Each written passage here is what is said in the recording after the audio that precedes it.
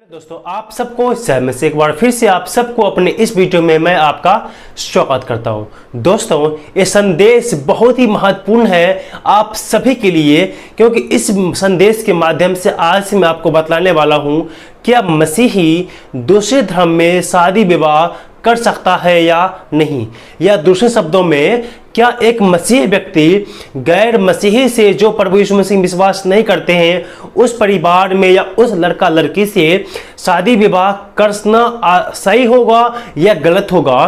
तो इसी वीडियो के माध्यम से आज मैं आपको बतलाने वाला हूं कि आप अपने बेटी और बेटा का शादी विवाह कहाँ करना है और किस लड़का और किस लड़की से करेंगे ताकि आपका परिवार प्रभु में आगे बढ़ सके। दोस्तों, मैं बहुत सारे परिवारों को ऐसे जानता हूं जो शादी के बाद में प्रभु में आगे बढ़ना रुक गया और वो फिर से मूर्ति पूजा करने लगा। रीज़न क्या था कि गलत परिवारों में अर्थात मूर्ति पूजक परिवारों से शादी करना। अगर जो एक मसीही व्यक्ति मूर्ति पूजा करने वाले लड़की से अगर जो शादी करता है तो उसका मसीही जीवन खराब होने का बहुत लगभग 90% तक कम हो जाता है, क्योंकि जो जीवन साथी आपने चूज किया है वो जीवन साथी परमेश्वर में विश्वास नहीं करता। मेरे प्रियो, पत्नी सिर्फ एक लड़की नहीं है, एक जीवन का एक हिस्सा है। अब जब शादी विवाह होता है ना, लड़का लड़की वचन बतलाता है वो दो नहीं परंतु एक तन बन जाता है। और वो तन अगर जो एक जाएगा पश्चिम की तरफ, दूसरा जाएगा पूरब की तरफ, तो नहीं होगा ना। दोनों को एक दिशा में चलना बहुत ही अनिवार्य है, अर्थात दोनों को एक परमेश्वर की पूजा करना बहुत ही ज़्यादा इम्पोर्टेंट होता है। अगर जो गैर मसीह में करते हैं तो बहुत ही दिक्कतों का सामना करना पड़ता है, जिसे में बाइबल हमें बतलाता है। लेकिन बाइबल हमें इस विषय पर क्या शिक्षा देता है, चलिए हम देखते हैं कि बाइबल इस विषय में क्या बात करता है। हम सबसे पहले एक वचन पढ़ेंगे, उत्पत्ति 24 का 3 और 4। और मुझसे आकाश और पृथ्वी के परमेश्वर यहोवा की इस विषय में शपथ खाकर कि तू मेरे पुत्र के लिए कनानियों की लड़की में से जिसके बीच में मैं रहता हूँ किसी को ना लाना, परंतु तू मेरे देश में मेरे ही कुटुंबियों के पास जाकर मेरे पुत्र इसहाक के लिए एक पत्नी ले आएगा। मेरे प्रियो, यहाँ पर अब्राहम का बेटा इसहाक का शादी की बात चल रहा है। ये अब्राहम, आपको पता है, कनान देश में रहने वाला है, कनान देश में रहता था और उस देश में बहुत सारे कनानी अलग अलग जाति के लोग रहते थे। लेकिन जब अब्राहम का बेटा इसहाक का जब शादी करने का समय आया तो उसके लिए जब लड़की तलाशने की बात आया तो अब्राहम ने अपने दास से एलीआजर से कहा, मेरे बेटे के लिए जो बहू होगा ना, इन कनानियों की लड़की से तुम मत ले आना, मेरे कुटुंबियों को मेरे देश में जाओ और मेरे जाति और मेरे जो लोग हैं, जो परमेश्वर को जो विश्वास करने वाले जो लोग हैं, उनमें से किसी एक को लेकर के मेरे बेटे का बहू बनाना। कहने का अर्थ में प्रियो ये है, आप जब भी शादी विवाह करते हैं तो आप क्या देखते हैं, उसमें सुंदरता देखते हैं, अच्छे गुण देखते हैं, एजुकेशन देखते हैं, सही बात है।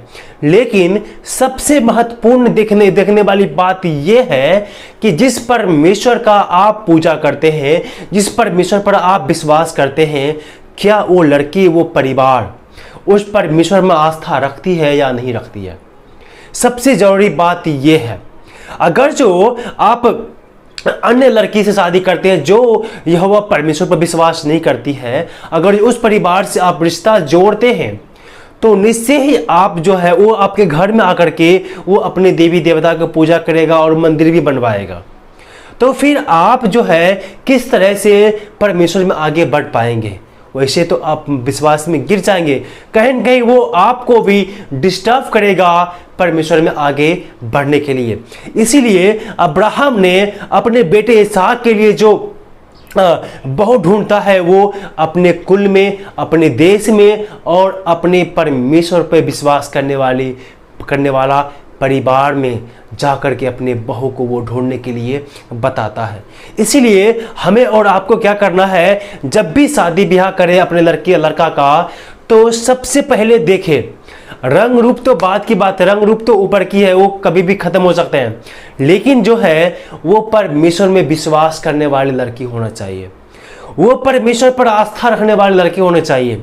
जिस परमेश्वर के आप पूजा करते हैं, जिस परमेश्वर पर आप विश्वास करते हैं, उस परमेश्वर पर विश्वास करने वाली होनी चाहिए। नहीं तो बहुत दिक्कतों का सामना करना आपको पड़ेगा। कभी कभी ऐसा भी होता है कि वो विश्वास में गिर करके उन परिवार भी मूर्ति पूजा करना शुरू कर देता है। एक वचन और मैं आपके सामने पढ़ना चाहता हूँ, जो हमें लिखा है दूसरा कुरिन्थियों का 6 अध्याय 14 और 15 में लिखा है, अविश्वासियों के साथ असमान जुए में ना जुटो, क्योंकि धार्मिकता और अधर्म का क्या मेलजोल, या ज्योति और अंधकार की क्या संगति, और मसीह का बलियाल के साथ क्या लगाओ, या विश्वासी के साथ अविश्वासियों का क्या नाता। मेरे प्रियो, वचन कहता है असमान जुए में ना जुटो, और विश्वासी के साथ असमान जुए में ना जुटो। अर्थात जब एक विश्वासी और अविश्वासी होता है ना मेरे प्रियो, सबसे इंपॉर्टेंट क्या है, जब आप प्रभु यीशु मसीह विश्वास करते हैं, आप एक ज्योति के संतान हैं। वचन कहता है ज्योति और अंधकार का क्या मेलजोल, अर्थात आपने ज्योति पाई, आपने प्रभु यीशु मसीह में विश्वास किया, आप सच्चे परमेश्वर में विश्वास पाया किया है, तो आप इस संसार के नहीं है, संसार से आप अलग हो चुके हैं, आप ज्योति के संतान बन चुके हैं। लेकिन जो लोग आज प्रभु यीशु मसीह में विश्वास नहीं करते हैं, वो आज भी अंधकार में है।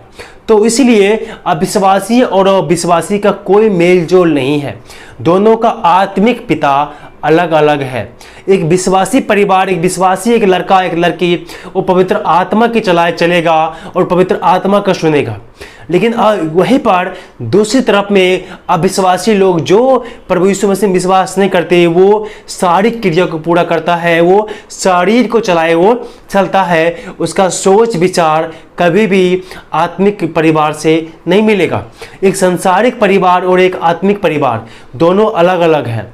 अगर जो आप मसीह यीशु में विश्वास करते हैं और जिस लड़की से आप शादी करना चाहते हैं वो एक दूसरे जाति का है या दूसरे भगवान की पूजा करने वाले, मैं जाति की बात नहीं कर रहा हूँ, क्योंकि जाति तो सब एक जो विश्वास करता है वो मसीही होता है, लेकिन वो दूसरे देवी देवता को पूजा करने वाली है, तो उसका व्यवहार, रहन सहन, उसका बोली विचार, आपका रहन सहन और आपका बोली विचार अलग होगा, अलग होगा।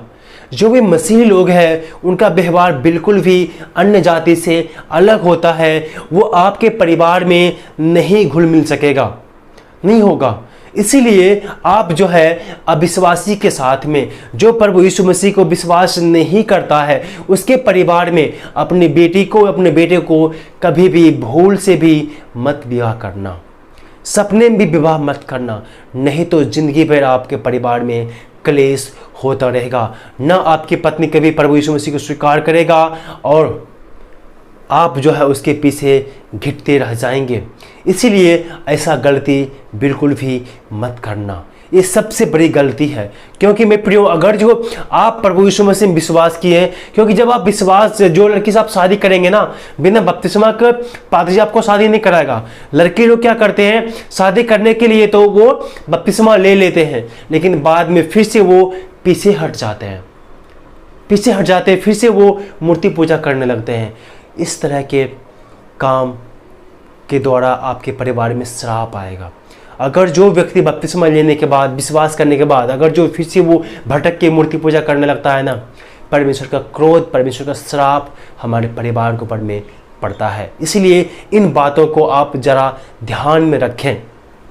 और अगर जो एक सवाल और आता है, आप लोगों ने कमेंट किया था मुझे, अगर आप मसीह लड़का है और एक लड़की अविश्वासी है, लेकिन वो विश्वास करने के बाद चाहे किसी भी धर्म से या किसी भी जाति से आया हो, चाहे लड़का हो या किसी भी बैकग्राउंड से आया हो, लेकिन वो अगर जो विश्वास है, वो विश्वासी है, प्रभु यीशु मसीह में विश्वास करता है या करती है, उनसे आप शादी विवाह कर सकते हो। लेकिन वो वर्तमान में विश्वास नहीं करता है तो उस परिवार में आप शादी विवाह बिल्कुल भी मत करना, नहीं तो जिंदगी भर आप पछताओगे और विश्वास में आप गिर जाओगे। क्योंकि आपको चाहिए साथ देने वाला परिवार में, क्योंकि मैं प्रियो, एक परिवार जब प्रार्थना करता है परमेश्वर से, वो बहुत ही आशीष का कारण होता है। आप प्रार्थना करेंगे परमेश्वर से और वो प्रार्थना करेगी अपने मूर्ति के भगवान से। तो मेल जोल कभी भी नहीं होता। इसलिए अविश्वासी के साथ में असमान जुओं में मत जोतो। जुआ तो आप लोग समझते हैं ना, बैल के कंधों पर जो रखा जाता है, दोनों पहिया बराबर होना चाहिए। अगर जो एक भी बैल की जगह अगर जो मैंने गधे के लगा दिया ना, तो कभी भी हल नहीं जोतेगा, ऊंचा लिया, हमेशा एक्सीडेंट होता रहेगा, हमेशा लड़ाई झगड़े होते रहेंगे। इसीलिए आप एक मसीह लड़का को चुनो या मसीह लड़की को चुनो, और वर्तमान स्थिति में जो प्रभु यीशु मसीह में विश्वास करता है वहाँ से आप शादी विवाह करो, चाहे वो किसी भी बैकग्राउंड से आया होगा। एक वचन और मैं पढ़ूंगा आपके सामने में, जो बहुत ही महत्वपूर्ण वचन है। ऐसा व्यवस्था विवरण उसका 7 अध्याय के 3 और 4 वचन में क्या कहता है परमेश्वर का वचन, और ना उसे विवाह शादी करना, ना तो अपनी बेटी उनके बेटों को ब्याह देना, और ना उनकी बेटी को अपने बेटे के लिए ब्याह लेना, क्योंकि वे तेरे बेटे को मेरे पीछे चलने से भड़काएंगे और दूसरे देवताओं की उपासना करवाएगी, और इस कारण यहोवा का कोप तुम पर भड़क उठेगा और वह तेरा शीघ्र ही सत्यानाश कर डालेगा। मैंने आपको बताया था ना, परमेश्वर साफ साफ मना करता है। अन्य जाति से जो परमेश्वर को नहीं विश्वास करता है, उस परिवार में न अपने बेटी को बिहाना और न अपने बेटे का विवाह करना उसकी लड़की से। यहाँ पर जब परमेश्वर उन लोगों को आज्ञा दे रहा सारे जालियों को, क्योंकि वो जिस देश में गया था वहाँ पर अन्य जाति लोग भी रहते थे, तो साफ मना कर दिया था, क्योंकि वो जब तुम्हारे घर में आएगी ना, तो हमें क्या करेगा, वो सबको अन्य अन्य देवी देवताओं को पूजा करने के लिए वो उकसाएगी और आपसे भी पूजा पाठ करवाएगी। जब आप विश्वास में रहते हुए अन्य देवी देवताओं को पूजा करेंगे तो वो मूर्ति पूजा, और इस प्रकार से परमेश्वर का क्रोध, परमेश्वर का श्राप आपके परिवार पर पड़ जाएगा और आपको सत्यानाश कर डालेगा। इसीलिए मेरे प्रियो, इन चीज़ों से, ये पाप करने से का परिवार और आप बचे रहें। कभी भी भूल से भी मूर्ति पूजा ना करें, और इस प्रकार के लड़की और लड़का से कभी भी आप शादी विवाह ना करें। वचन साफ साफ ये कहता है ना, क्योंकि वे तेरे बेटे को मेरे पीछे चलने से भड़काएंगे और दूसरे देवताओं की उपासना करवाएगी, इस कारण यहोवा का कोप तुम पर भड़केगा और तुमको शीघ्र ही सत्यानाश काट डालेगा। मेरे प्रियो, बहुत सारा परिवार को मैं भी जानता हूँ जो मसीह होते हुए भी अपने बेटे को गैर मसीह लड़की से शादी किया, फिर बाद में घर में मंदिर बनवाया और वो मूर्ति पूजा करने लगे, और धीरे धीरे उसका परिवार का ग्रोथ जो आगे बढ़ रहा था वो धीरे धीरे नीचे चला गया, और वो आज का जीवन में बहुत ही दुखदायक जीवन वो जी रहा है। इसीलिए इन बातों से आप बच के रहें। अपनी बेटी बेटा का शादी वहीं करें जहां पर परमेश्वर का लोग हैं, जो परमेश्वर पर विश्वास करता है, उन्हीं लोगों से अपना रिश्ता जोड़ें, उन्हीं लोगों से अपना बेटी और बेटा का शादी विवाह करें। तभी आप जो है एक सच्चा मसीह जीवन जी पाएंगे और एक आत्मिक जीवन जी पाएंगे, और प्रभु के विश्वास में और परमेश्वर पर आस्था में और अपना आगे बढ़ते रहेंगे, और सही एक सच्चा मसीह जीवन आप दोनों जी पाएंगे। इसीलिए मेरे प्रियो, ऐसा इन बातों को आप शादी में ध्यान दें। मैं उम्मीद करता हूं कि इस वीडियो के संदेश के माध्यम से आपको पता चल गया होगा कि आपको शादी विवाह कहाँ और किससे करना चाहिए। मेरे प्रियो, मैं उम्मीद करता हूँ इस संदेश के द्वारा परमेश्वर आप सबको आशीष दिया होगा। अगर जो संदेश आपको अच्छा लगा तो हमारे चैनल को सब्सक्राइब कीजिए और वीडियो को लाइक करके इसे आप शेयर कर दीजिए। परमेश्वर आप सबको इस संदेश के द्वारा आशीष दे।